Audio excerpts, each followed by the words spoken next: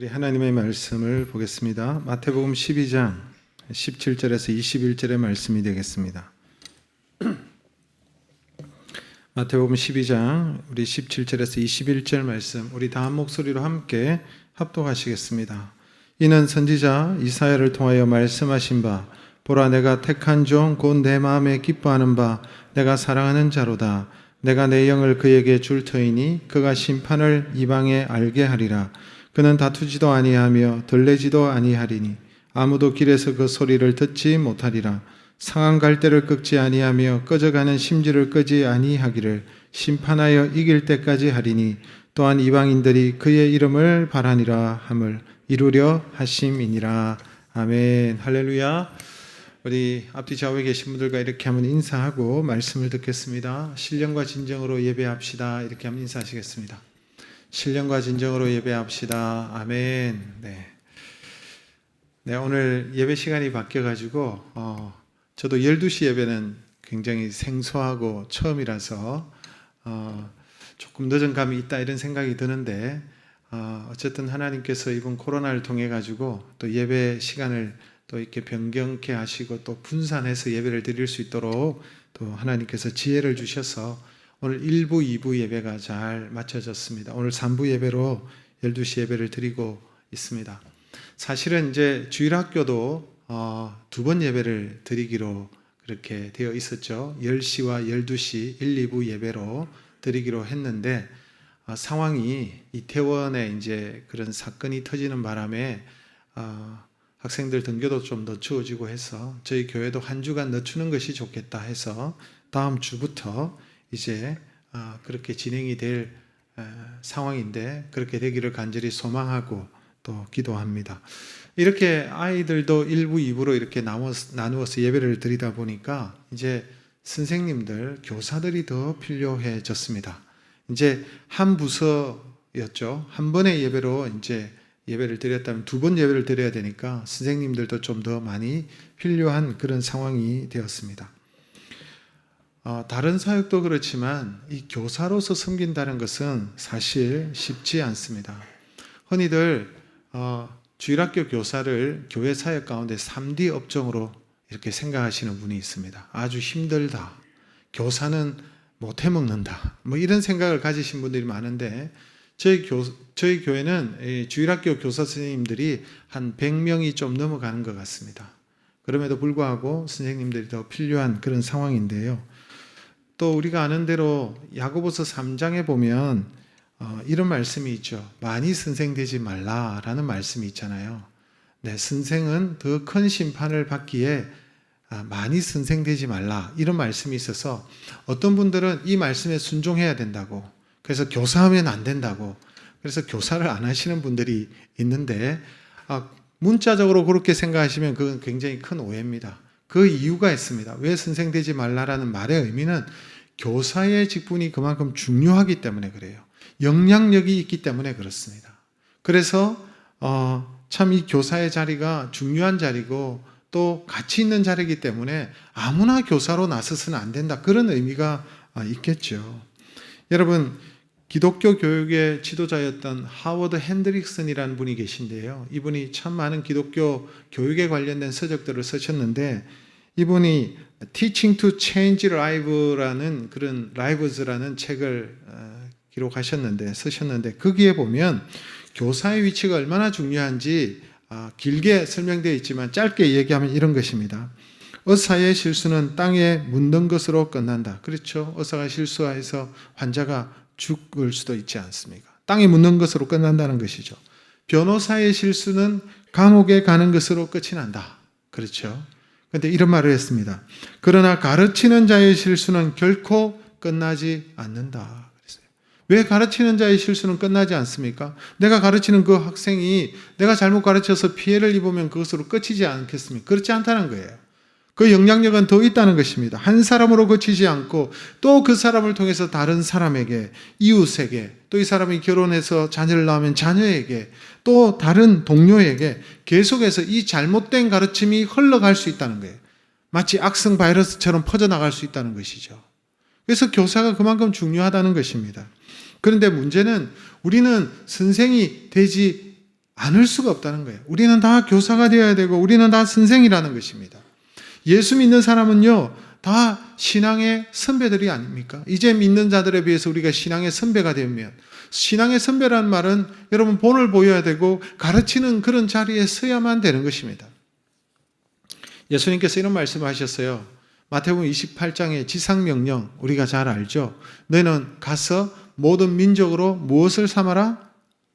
제자 삼으라 그랬잖아요. 제자를 삼는다는 말의 의미가 무엇입니까? 제자를 삼는다. 선생되라는 것입니다. 그렇잖아요. 제자는 선생이 있어야 제자가 있죠. 그래서 너희들이 선생이 되어서 하나님의 말씀을 가르치라는 거예요. 그 말씀을 들고 그들에게 가르치고 전해라, 이런 의미가 있지 않겠습니까? 그 말은 선생되라는 것입니다. 이 말에 의하면 우리 모두는 교사가 되어야 되고 선생이 되어야 되는 거예요. 사실 여러분 주일학교 교사만 교사가 아니죠. 여러분 구역장님들도 교사고 주일학교 선생님도 교사고 부모도 교사예요. 부모도 가르치는 자이지 않습니까? 자녀들에게 가르쳐야 돼요. 여러분 자녀를 가르칠 뿐만 아니라 영향력을 끼칠 수 있는 모든 사람은 알고 보면 교사입니다. 영향력. 여러분 다 영향력을 미치고 계시죠? 여러분의 삶의 터전에서 다른 사람에게, 가정에서, 또 교회에서, 아니면 직장에서 여러분 영향력을 끼치고 있지 않습니까? 그러면 여러분 교사라는 것입니다. 우리 모두가 가르치는 자이기 때문에 참 이렇게 우리가 교사로서 세워지지 않을 수 없다는 사실이에요. 교사의 영향력이 치명적이고 잘못된 가르침은 치명적이기 때문에 참 여러분 조심스럽죠. 그러므로 여러분 우리가 어쩔 수 없이 교사가 되어야 되는 상황이 되었기 때문에, 그렇다면 우리는 부끄럽지 않는 교사, 참된 교사가 되어야 된다는 것입니다. 여러분 우리가 교사로서 잘못 가르치면 우리의 자녀들이 교회에 대한 관심을 잃어버리고 교회를 떠나게 되고 심지어는 교회에 대한 여러분 대적하는 세력이 될 수가 있습니다. 잘못 전달될 때에, 잘못 오해할 때, 잘못 가르칠 때에. 그래서 여러분 참으로 조심스럽습니다. 그러므로 우리가 참 좋은 교사가 되어야 되는데 어떻게 하면 우리가 좋은 교사가 될 수 있을까요? 어떻게 하면 부끄럽지 않는 교사가 될 수 있을까요? 어떻게 하면 자녀들에게 부끄럽지 않는 부모가 될 수 있을까요? 오늘 본문 속에서 여러분 우리는 찾아보기를 원합니다. 가장 탁월한 스승이요 교사는 바로 우리 예수님이셨습니다. 예수님께서 지상에서 사역을 하실 때에, 그 많은 사역들을 하시고 가르치실 때에 주님의 모습을, 주님은 어떻게 출발했는지, 주님은 어떻게 가르치셨는지 우리가 살펴볼 필요가 있다는 것입니다. 그 원리를 따라서 우리가 교사로서 하나님 앞에 쓰임받는 저와 여러분 되시기를 주님의 이름으로 축복합니다. 오늘 말씀에 근거해서 한 4가지 정도를 살펴보겠는데 오늘은 2가지만 보겠습니다. 그리고 다음 주에 2가지 원리를 더 살펴보기를 원하는데, 첫 번째는 우리가 좋은 교사가 되려면 먼저 하나님의 사랑을 경험하고 체험하는 자들이 되어야 된다는 것입니다. 이게 여러분 우리가 교사로서, 우리가 가르치는 자로서 가장 우선순위, 기초에 서야 될 점이 이것입니다. 이게 전제가 되지 않으면 우리가 교사가 되면 안 됩니다. 하나님의 사랑을 체험하고 하나님의 사랑을 먼저 경험한 사람만이 교사가 될 수 있고 좋은 교사의 출발점이 될 수 있다는 것입니다. 오늘 본문을 보세요. 12장 18절 말씀 우리 같이 한번 읽겠습니다. 보라, 내가 택한 종 곧 내 마음에 기뻐하는 바 내가 사랑하는 자로다. 이게 이사야 선지자를 통해서 메시아에게 대한, 오실 메시아에 대한 예언의 말씀인데 오늘 본문에 그것을 이사야의 글을 인용하고 있습니다. 그래서 내가 택한 종, 내가 기뻐하는 바는 바로 오실 메시아, 예수님을 말하는 것이죠. 예수님을 하나님께서 택하셨고 기뻐하시는 자라는 거 말씀하고 계시는데, 그 다음에 보니까 내가 사랑하는 자로다 라고 말하고 있습니다. 내가 사랑하는 자로다. 여러분, 하나님은 예수님을 사랑하셨죠. 하나님은 예수님을 사랑하셨어요. 여러분 마태복음 3장 17절에도 보니까 이는 내 사랑하는 아들이요 내 기뻐하는 자라, 이런 말씀을 하셨죠. 그러니까 여러분 하나님께서 예수님을 사랑하셨고 예수님께서 이 땅에 사역하시고 가르치고 교사로서의 사명을 감당하실 때에 이 하나님의 사랑을 경험하면서 예수님께서 가르치고 사역을 하셨다는 것입니다. 늘 하나님의 사랑으로 충만했어요. 하나님과 늘 친밀한 관계를 유지하셨어요. 하나님께서 당신을 사랑하신다는 그 확신을 가지고 여러분 사역에 임하셨습니다. 그래서 그 수많은 구속의 사역을 감당하시지 않았습니까? 여러분 생각해 보십시오. 예수님이 어떻게 그 고난의 십자가를 질 수 있었을까요? 저는 못 질 것 같아요. 저보고 십자가 지라고 하면 전 도망갈 것 같아요. 여러분 어떻게 그 십자가를 질 수 있을까요? 어떻게 하나님의 뜻에 순종할 수 있었을까요? 예수님께서 그 이유는 한 가지입니다. 하나님이 나를 사랑하신다는 그 하나님의 사랑이 있었기 때문에 주님께서 감당하실 수가 있었던 것입니다. 여러분 운동선수들을 보면요, 홈 경기에 강합니다. 우리가 국제 경기를 한다든지 할 때 홈에서 하면, 우리나라에서 하면 성적이 좋아요. 여러분 월드컵을 우리나라에서 개최했잖아요. 올림픽도 우리나라에 개최했어요. 하계, 동계 다 개최했는데 여러분 특징이 있습니다. 우리나라에서 경기를 열었을 때 훨씬 더 성적이 좋다는 것입니다. 아니면 여러분 월드컵에서 4강 우리나라에서 개최했을 때 가능했습니다. 여러분 올림픽에 나가서 많은 금메달을 따는 것도 다 우리나라에 있을 때 더 많이 선수들이 금메달을 딸 수 있었어요. 왜 그럽니까? 실력 차이가 있음에도 불구하고 국민들이 뒤에서 응원하고 성원하고 박수 보내고 잘한다 그러고 격려하고 사랑해주고 하니까 이 선수들이 더 힘이 나가지고 열심히 하는 것 아니겠습니까? 바로 그것입니다. 여러분 똥개도 자기 집 앞에서는 점수를 따고 들어간다는 말이 있습니다. 왜 그래요? 뒤에 자기 백이 있잖아요. 주인이 있잖아요. 주인이 내 편이다. 주인이 나를 사랑한다. 그래서 여러분 자기보다 큰 개 앞에서도 막 소리를 지르고 그러잖아요. 아이들도 마찬가지죠. 아빠랑 가면 겁이 없어요. 자기보다 더 큰 형아도 겁이 안 나. 아빠가 날 지켜준다. 아빠가 날 사랑한다. 아빠가 내 편이다. 이게 굉장히 중요하다니까요. 여러분, 우리가 교사의 직분을 감당하고 교사뿐만 아니라 다른 사역을 감당할 때도 마찬가지입니다. 하나님이 날 사랑하셔. 하나님이 내 편이야. 하나님의 그 사랑이 우리의 가슴 속에 여러분 밀려올 때 우리가 그 하나님께서 주신 그 사명을, 그 사역을 감당할 수 있는 것입니다. 이 하나님의 사랑을 경험하지 못하면 교사의 직분 못해요. 다른 사역 못해요. 저도 여러분 목회를 하다가 도망가고 싶을 때 있어요. 도망가고 싶고 포기하고 싶고 다 내려놓고 싶은 그런 때가 있습니다. 그런데도 내려놓지 않고 계속 가는 이유가 무엇입니까? 하나님의 사랑 때문에 그래요. 하나님께서 붙들어 주시고 그 하나님의 사랑이 있기 때문에 힘들고 어렵지만 여러분 이 길을 가는 것입니다. 저만 그런가요? 다 그렇죠. 여러분 장로님들도 이 교회에 여러분 이 교회에 세워진 이 직분을 가지고 얼마나 그 짐이 무겁겠습니까? 그런데 그 직분을 감당하고 그 짐을 지고 가는 이유가 무엇입니까? 하나님의 그 사랑이 부어졌기 때문에 그런 줄로 믿습니다. 그 하나님의 사랑이 있을 때 감당하는 거예요.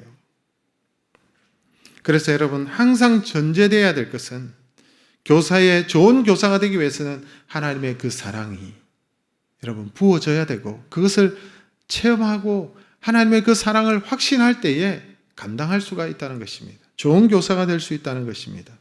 근데 여러분 문제는요, 우리가 직분을 감당하고 교사의 직분을 감당해도 그 하나님의 사랑 때문에 시작하고 열심히 합니다. 열심히 하는데 오래 가질 못하는 경우가 있어요. 오래 못 가고 금방 힘들어지고 피곤하고 안 하고 싶고 도망가고 싶고 그럴 때가 있어요. 왜 그럴까요? 그 이유는 하나님의 사랑이 지속적으로 흘러가지 않기 때문에 그래요. 그 하나님의 사랑을 못 느끼기 때문에 그래요. 하나님이 얼마나 나를 사랑하시는지 그 사랑에 여러분 젖어 있으면 되는데 그 메마르기 때문에 안 되는 거예요.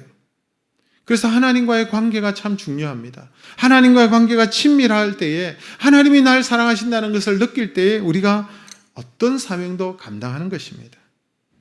여러분 가르치는 일은 평생 직분입니다. 평생 사명입니다. 예수 믿는 사람들은 다 교사라고 말씀드렸죠. 우리가 평생 가르치는 자가 되어야 돼요. 삶의 본이 되어야 돼요. 빛이 되고 소금이 되어야 되지 않습니까? 그런데 금방 시들어지는데 왜냐하니까 일시적인 은혜, 일시적인 사랑, 한 번의 그 사랑으로 그치기 때문에 금방 메말라 버리면 여러분 감당을 할 수가 없는 것입니다. 그래서 하나님의 사랑을 지속적으로 경험해야 되는 거예요. 그 하나님의 사랑이 지속적으로 경험되지 않으면 우리가 지속적으로 우리의 사명을 감당할 수가 없습니다. 여러분, 부모도 지치죠. 부모도 자녀를 가르치다 보면 지칩니다. 아이가 내 뜻대로 성장해 주지 못하고 얘기하지만 아이들이 빗나가고 할 때 부모도 지쳐요. 부모도 때로는 여러분 지쳐가지고 포기해버릴 그런 여러분 모습들도 있지 않습니까? 물론 다시 여러분 그것을 이길 수 있는 힘이 어디에 있을까요? 사랑이에요, 사랑. 사랑이 있을 때 다시 일어나는 것입니다. 여러분, 베드로를 보십시오. 베드로 정말 주님을 끝까지 섬기고 수제자로서 정말 모든 사람이 다 떠날지언정 나는 주님을 따르겠습니다라고 그렇게 얘기했던 그 베드로도 주님께서 잡히실 때에 도망가지 않았습니까? 주님을 모른다 부인하고 도망갔습니다. 사람을 낚는 어부가 되게 하리라라는 그 주님의 사명을 잊어버리고 그 비전을 포기하고 다시 갈릴리 바닷가로 옛날의 모습으로 어부로 돌아가 버리지 않았습니까? 이때 여러분 베드로에게 필요한 게 뭘까요? 베드로가 이렇게 여러분 무너졌을 때 다시 회복하기 위해서 필요한 것이 무엇일까요? 여러분, 사람들은 이런 베드로의 모습을 이해하지 못하고 여러분 냉소적인 시선을 보내고 손가락질하고 조롱하고 비난할 수 있습니다. 그렇게 비난하고 조롱하면 어떻게 될까요? 다시는 못 일어납니다. 여러분, 우리의 자녀들이 실수하고 잘못할 수 있어요. 그런데 비난만 하고 책망만 하고 조롱하고 그렇게 하면 우리 자녀들이 다시 일어나질 못해요. 여러분, 일어날 수 있는 방법은 한 가지입니다. 사랑입니다. 사랑. 여러분, 실패한 사람이 다시 재기의 의욕을 가지고 일어나려고 하는데 그것을 빼앗는 가장 무서운 것이 무엇입니까? 차가운 냉소적인 시선이에요. 그러나 내가 실패했지만 나를 믿어주고 나를 붙들어주고 나를 사랑하는 그 시선이 있다면 그 사람은 다시 일어날 수가 있어요. 여러분, 베드로가 주님을 부인하고 도망했을 때 베드로가 얼마나 자책했을까요? 나는 쓸모없는 인간이고 나는 이제는 끝났다라고 생각하고 사람을 낚는 어부가 될 수 없다고 생각하고 그렇게 여러분 포기하고 무너졌을 때에 그때 주님께서 베드로에게 찾아가시지 않았습니까? 숯불에 생선을 구우셨어요. 오늘날로 말하면 숯불 생선구이 정식을 주님께서 만드셔가지고 베드로를 기다리셨어요. 그리고는 베드로에게 뭐라고 말씀하십니까? 조반 먹어라 라고 말씀하신 거예요. 밥 먹어라 말씀하신 거예요. 여러분, 거기에 주님의 사랑이 있지 않습니까? 주님을 모른다고 부인하고 이제는 주님을 볼 수 없다고 생각했는데 주님 찾아오셔서 손수 여러분 생선구이를 만들어 주시고 밥 먹으라 하시는 그 주님. 그래서 식사를 다 마친 후에 주님께서 베드로에게 물으시는 거예요. 네가 나를 사랑하느냐? 그것도 3번씩이나 물으셨어요. 이 3번씩이나 물으시고 사랑하느냐라고 물으실 때에 전제되어져 있는 게 무엇입니까? 나는 너를 사랑하는데 너가 나를 3번이나 부인했지만 나는 그럼에도 불구하고 너를 사랑하는데 너는 나를 사랑하느냐라고 물으시잖아요. 그 질문 앞에 베드로의 가슴이 녹아내리는 것입니다. 주님은 아직도 나를 사랑하시는구나. 주님을 부인하고 떠난 나를 아직도 주님은 사랑하시는구나. 늘 나를 사랑하셨구나. 그럴 때 베드로가 여러분 일어날 수 있었어요. 사랑하느냐 물으시고는 내 양을 치라 그러셨잖아요. 내 양을 치라. 내 양을 먹이라. 양떼를 양육하고 가르치라 라고 말씀하신 거예요. 주님의 사랑이 있지 않고는 다시 재개할 수 없고 그 사랑이 분명하지 않고는 흔들리면 여러분 할 수가 없는 것입니다. 저와 여러분들도 마찬가지입니다. 하나님의 그 사랑이 확인될 때에 우리에게 주신 사명을 감당할 수 있습니다. 하나님께서 이처럼 우리를 사랑하셨고 우리를 부르시고 우리를 인도해 주시고 한 번도 우리를 놓지 아니하시고 우리가 수십 번, 수백 번, 수천 번, 수만 번 하나님 앞에 주님 앞에 부족해도 주님은 그럼에도 불구하고 나를 사랑하시는 거예요. 그 사랑의 기초 위에서 우리가 모든 사역을 감당하고 가르치는 교사의 사역을 감당할 수 있는 줄로 믿습니다. 두 번째로 여러분 우리가 좋은 교사가 되려면 부끄럽지 않는 교사가 되려면 하나님의 그 사랑을 분명히 알 뿐만 아니라 18절에 보니까 내 마음에 기뻐하는 바 내 사랑한 자로다 라고 하고 난 다음에 뭐라고 말씀하고 있습니까? 그 다음에 내가 내 영을 그에게 줄 터이니 라고 말씀하고 있어요. 그렇죠? 내 영을 준다라고 말씀하셨어요. 영을 주신다는 말의 의미가 무슨 말입니까? 내 영, 하나님의 영, 성령을 말하는 것이죠. 성령을 주신다는 거예요. 하나님께서 예수 그리스도를 보내시고 이 땅에 우리의 메시아로 보내실 때에 하나님의 사랑뿐만 아니라 하나님의 영을 주시겠다. 성령을 주시겠다. 그래서 하나님께서는 예수님께 무한한 성령을 부어주셨습니다. 무한한 성령을 허락하셨죠. 예수님이야말로 여러분 가장 성령 충만하신 분, 항상 성령 충만하신 분, 처음부터 성령 충만하셨어요. 예수님께서 이 땅에 여러분 성육신 하셨는데 예수님께서 어떻게 잉태하셨어요? 성령으로 잉태하셨잖아요. 성령으로. 사람에 의해서 잉태하신 것이 아니라 날 때보다 성령으로 잉태하셨고, 여러분 요한의 세례를 받고 여러분 그 요단강에서 올라오실 때에 하늘의 문이 열리면서 하나님께서 말씀하지, 이는 내 사랑하는 아들이요 내 기뻐하는 자라. 그러면서 하늘의 문이 탁 열리고는 성령이 비둘기같이 임하시지 않습니까? 예수 그리스도 위에 성령이 임하시는 거예요. 비둘기처럼. 성령 충만하심으로 사역을, 공생애를 시작하시는 것을 볼 수가 있습니다. 성신을 한없이 제한 없이 부어졌을 때에 예수님께서 이 땅에서의 사역을 감당하셨고, 그래서 예수님의 그 가르침은 권세가 있었고 예수님의 가르침에는 능력이 있었고, 그래서 예수님께서 산상수훈의 그 말씀을 마쳤을 때에 산 위에서 말씀하신 그 보배와 같은 산상수훈, 그래서 산상수훈이라 그러잖아요. 그 말씀을 마쳤을 때 사람들이 예수님의 가르치심에 놀랐다 그랬어요. 서기관과 같지 않다. 여러분 마태복음 7장 29절 같이 읽겠습니다. 이는 그 가르치시는 것이 권세 있는 자와 같고 저희 서기관들과 같지 아니하도다. 권세가 있다. 그 말씀에. 여러분 하나님께서 예수님에게 제한 없이 성령을 허락하셨습니다. 우리도 마찬가지예요. 우리도 하나님께서 우리에게 주신 사명을 감당하도록 성령을 허락하셨어요. 예수님도 우리에게 성령 충만하라고 말씀하셨죠. 여러분 사도행전 1장 8절 말씀 우리가 잘 아는 대로 오직 성령이 너희에게 임하시면 너희가 권능을 받고 예루살렘과 온 유다와 사마리아와 땅끝까지 이르러 내 증인이 되리라. 여기 중요한 것이 무엇입니까? 오직 성령이 너희에게 임하시면. 여기 중요한 단어가 오직입니다. 오직. 다른 방법이 없다는 거예요. 유일하다는 거예요. 이것이 오직 성령이 너희에게 임하실 때 교회를 섬기고 하나님 주신 사명을 감당하고 교사의 직분을 감당하고 가르치는 사역을 감당하고 다른 길, 다른 능력이 없다는 것입니다. 우리가 하나님의 종으로서, 목사로서, 교사로서, 구역장으로서, 직분자로서, 부모로서 사역을 감당하려면 우리의 능력, 우리의 힘, 우리의 지식으로 가르칠 수 있겠죠. 그러나 우리의 열심과 땀으로 여러분 가르친다면 별로 크게 기대할 바가 없어요. 기대할 게 없어요. 영은 쓰고 힘은 쓰고 땀은 흘리지만 거기에 큰 그런 변화가 일어나지 않는 것입니다. 여러분 성령님이 빠진 섬김과 봉사, 성령이 빠진 가르침, 참된 변화를 기대할 수 없어요. 성령님 없이 가르치는 것은 능력이 없고 성령님이 없는 가르침은 생명력이 없어요. 변화를 기대할 수 없습니다. 여러분 인간은 영적인 존재잖아요. 영적인 피조물입니다. 하나님의 형상으로 지음받았습니다. 여러분 그러므로 인간의 감성을 터치한다고 사람이 변하지 않습니다. 물론 감성도 필요하지만 감성을 터치한다고 바뀌지 않아요.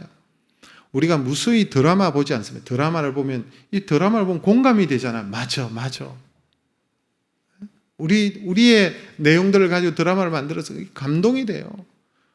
그래서 여러분 어떤 분들은 드라마를 보고 울기도 하고 그러지 않습니까? 드라마에 빠져드는 거예요. 근데 여러분 드라마를 본다고 변화가 일어나는가요? 어떤 분들은 드라마 보고 막 울고 은혜 받았다고 그러는데 그 은혜 받은 게 아니에요. 그거는 드라마를 본다고 변화되는 게 아니에요. 사람은 여러분 사람의 지성을 향해서 이성을 향해서 여러분 아무리 가르쳐 보십시오. 변화가 되나요? 그런다고 변화가 되지 않습니다. 아이들에게 거짓말하지 마라. 아이들에게 서로 사랑해라. 미워하면 안 된다. 욕심내면 안 된다. 도둑질하면 안 된다. 우리가 가르치면 네. 돌아서면 여러분 욕심을 내고 있고 돌아서면 싸우고. 저는 한 번도 우리 아이들에게 서로 미워해라, 서로 뭐 욕심을 부려라, 거짓말해라 뭐 이런 말을 가르친 적이 없어요. 그런데 여러분 그렇게 안 가르쳐도 아이들은 자동이에요. 첫째 자동, 둘째 자동, 셋째, 넷째 완전 자동. 뭐 그냥 안 가르쳐도 그냥 그런 거 아무리 가르쳐도요 안 돼요. 인간은 영적인 피조물이에요. 그래서 그 영에 호소해야 돼요. 그 영혼의 울림이 있어야 되는 거예요. 그래야 사람이 진짜 바뀝니다. 인간의 힘으로 영혼을 흔들 수 있나요? 영혼의 울림을 줄 수 있나요? 우리의 힘으로? 아니에요. 영혼의 변화가 일어나지 않습니다. 오직 성령님이 아니시고는 우리의 영혼의 변화가 일어날 수가 없어요. 여러분, 하나님께서 사람을 창조하실 때 진흙을 흙으로 빚으시고 그리고 난 다음에 그 코에다가 생기를 불어 넣어 주셨잖아요. 그래서 생명이 되었다. 여러분, 단지 뭐 하나님의 입김 이게 아니라 영을 불어 넣어 주신. 그래서 우리가 생명이 된 거예요. 그런데 사람에게서 이 영혼이 빠져나오면 어떻게 될까요? 흙으로 돌아가는 것이죠. 죽음이라는 게 그것입니다. 그 영혼이 빠져버립니다. 흙으로 돌아가는 거예요. 흙 이상도 이하도 아니에요. 여러분, 첫째 아담 하와가 범죄한 이후에 여러분 사람이 어떻게 되었습니까? 날 때부터 죄인이 된 거예요. 원죄를 가지고 태어났어요. 죄 아래 거하게 되었어요. 사단의 권세 아래 있었어요. 사단의 종로로 타는 존재가 되었어요. 어떻게 빠져나갈 수 있어요? 사단의 그 권세 아래서, 죽음의 권세 아래서, 그 죄의 그늘 아래서 여러분 어떻게 우리가 그 깊은 웅덩이에서 건짐을 받을 수 있나요? 인간의 힘으로 안 되는 거예요. 어떻게 해야 됩니까? 성령이 아니시고는 우리의 영혼의 변화가 있을 수 없고, 성령의 역사가 아니고는 여러분 그 죽음의 권세와 그 사단의 권세에서 벗어날 수가 없는 거예요. 그래서 성령으로 거듭나지 아니하면 하나님의 나라에 들어갈 수 없느니라. 여러분, 성령을 통하지 않고는 우리의 죄를 깨달을 수도 없고, 성령이 아니시고는 우리가 예수 그리스도를 주로 시인할 수도 없는 것입니다. 여러분, 거듭나는 방법은 오직 성령으로 거듭나는 거예요. 그래야만 하나님의 자녀가 되는 것입니다. 성령이 역사하셔야만이 우리에게 중생이 일어나고 하나님의 자녀가 되고, 성령으로 말미암아 여러분 우리가 풍성한 영적인 은혜 가운데 거하고 성령께서 주시는 은사를 기대할 수가 있는 것입니다. 특별히 교사는 단순히 지식을 전달하는 자가 아닙니다. 교사는 영혼을 울리는 사람입니다. 교사는 잠자는 영혼을 깨우는 자들입니다. 교사는 죽은 영혼을 살리는 일을 하는 사람들입니다. 교사는 하나님의 말씀을 붙잡고 하나님 주신 자녀들을 양육하는 자입니다. 우리가 자녀들을 붙잡고 양육할 때 거기에 성령이 역사하셔야 되는 거예요. 그럴 때에 우리의 자녀가 성장하고 자라고 하나님의 사람으로 영적 거목으로 세워질 수 있는 거예요. 성령으로 충만하지 않고는 어떻게 영혼을 울릴 수가 있을까요? 울릴 수가 없어요. 여러분, 아무리 소리가 아름답고 이 음량이, 성량이 깊은 성악가라 할지라도 성령으로 충만하지 않으면요, 아무리 멋지게 소리를 내어도 감동이 없어요. 영혼의 울림이 없어요. 그러나 어떤 성악가는 그들의 찬양 속에 감동을 주고 영혼이 막 울리는 느낌을 받습니다. 왜 그럴까요? 성령의 감동이 있기 때문에 그래요. 성령 충만한 자이기 때문에 그래요. 그래서 그 한 곡의 노래지만 울림이 있어요. 우리의 영혼을 순화시키는 거예요. 영혼을 울리는 교사가 되어야 됩니다. 그렇지 않으면 울리는 꽹과리가 되는 것입니다. 그저 인간적인 열심으로 하면 실패합니다.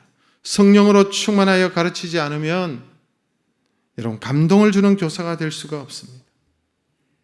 성령으로 충만하지 않고 가르치면 우리의 자녀들이 길을 막을 거예요. 그리고 교회를 떠나게 될지 모르겠습니다. 여러분, 우리 자녀들에게, 우리 교회에 우리의 자녀들에게 잘 가르치기를 우리가 원하지 않습니까? 그래서 여러분, 좋은 교육 환경이 필요하고 좋은 기자재가 필요하고 좋은 여러분 공간이 있어야 되고 다 필요하겠지만, 그러나 교사만큼 절대적인 것은 없습니다. 지금보다 더 열악한 교육 환경 속에서도 여러분, 교회에서 영적인 거목들이 배출되어졌습니다. 교회 교육의 핵심은 건물이나 좋은 환경이 아니라 좋은 교사입니다. 성령 충만한 교사입니다. 성령 충만한 부모인 것입니다. 그러므로 여러분, 우리가 하나님 앞에 기도해야 될 가장 중요한 기도 제목이 뭘까요? 성령 충만한 것입니다. 성령으로 충만하여져서 우리 애가 생활하고 사역하고 가르쳐야 되는 것입니다. 여러분, 그래서 구해야 되고 기도해야 되는 것입니다. 구하지 않는 자에게는 주시지 않습니다. 내가 그냥 교사가 되었다고 해서 여러분, 우리에게 성령을 기름부터 부어주시는 것이 아닙니다. 성령을 구하지 않는 자에게는 줘봐야 소용이 없어요. 성령의 그 소중함, 그 성령 하나님의 그 성령의 기름 부으심의 그 가치를 모르는 자에게는 줘봐도 소용이 없는 것입니다. 여러분, 우리가 기도하잖아요. 새벽에 나와서 기도하고 주일날 나와서 기도하는데 그 기도의 내용들, 여러분, 우리가 절절한 기도의 제목들이 있지 않습니까? 왜 그 기도를 합니까? 그게 나에게 너무나도 소중하기 때문에. 그 기도, 그래서 나의 간절한 소망을 담아서 간절히 하나님 앞에 기도하지 않습니까? 기도할 때 하나님께서 주시죠. 성령님도 마찬가지입니다. 구하지 않으면 주지 않아요. 여러분, 마태복음 7장 6절에 이런 말씀이 있습니다. 같이 읽습니다. 거룩한 것을 개에게 주지 말며 너희 진주를 돼지 앞에 던지지 말라. 거룩한 것을 개에게 주지 말고, 여러분, 진주를 돼지 앞에 던지지 말라, 이 말을 하셨어요. 7장 6절에. 근데 이어서 7장 7절에 뭐라고 말씀하고 계시느냐 하니까 같이 읽습니다. 구하라 그리하면 너희에게 주실 것이요, 찾으라 그러면 찾을 것이요, 문을 두드리라 그러면 열리리라. 이 말씀의 의미가 뭘까요? 여러분, 가치를 알고 얼마나 소중한지 알고 구할 때 주신다는 거예요. 그런데 가치를 모르는 자에게 여러분, 마치 귀한 것을 개에게 던지듯이 진주를 돼지에게 주는 것과 똑같다는 거예요. 그 가치를 모르면, 성령 충만함의 그 가치와 그 소중함을 모르면 그런 자에게는 줄 필요가 없다는 거예요. 마치 개에게 던지는 것과 같고 돼지에게 진주를 던지는 것과 같다라고 말씀하시는 거예요. 여러분, 성령 충만하기를 간절히 간구하는 사람에게 하나님께서 허락하시는 거예요. 성령 충만함으로 가르쳐야 됩니다. 성령 충만함으로 우리의 자녀들을 양육해야 됩니다. 성령 충만함으로 행해야 되는 것입니다. 누가복음 11장 13절 마지막으로 같이 한번 읽겠습니다. 너희가 악할지라도 좋은 것을 자식에게 줄 줄 알거든 하물며 너희 천부께서 구하는 자에게 성령을 주시지 않겠느냐 하시니라. 간구하는 자에게, 성령의 가치를 알고 성령 충만함을 간절히 사모하는 자에게 주실 줄로 믿습니다. 우리가 성령 충만하지 못한 이유가 뭘까요? 간구하지 않는 거예요. 다른 것이 더 소중하니까. 다른 것 구한다고 이것 구하지 않습니다. 성냥불과 등잔불의 차이가 뭔지 아십니까?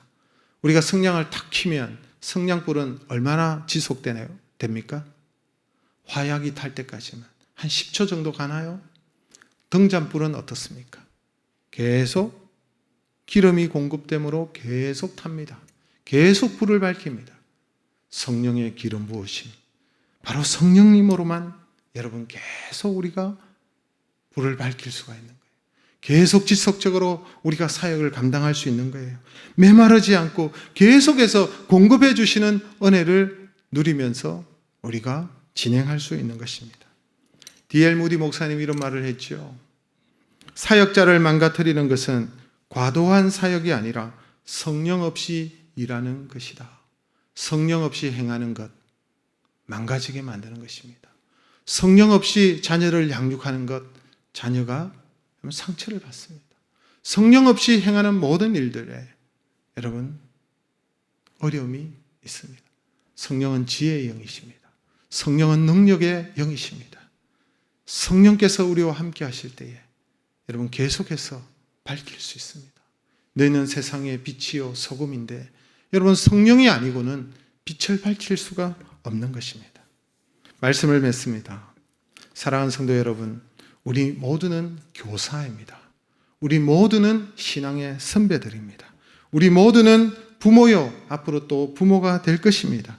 좋은 믿음의 선배가 되고 좋은 사역자가 되어야 되는 것입니다. 그러려면 하나님의 사랑이 계속해서 부어져야 됩니다. 하나님의 사랑을 경험해야 됩니다. 하나님과 친밀해야 됩니다. 여러분, 친밀하려면 어떻게 해야 되나요? 한 사람이 일방적으로 여러분 가까이 나가면 친밀해집니까? 아닙니다. 같이 나와야 됩니다. 그러나 하나님은 항상 우리에게 손을 내밀고 계십니다.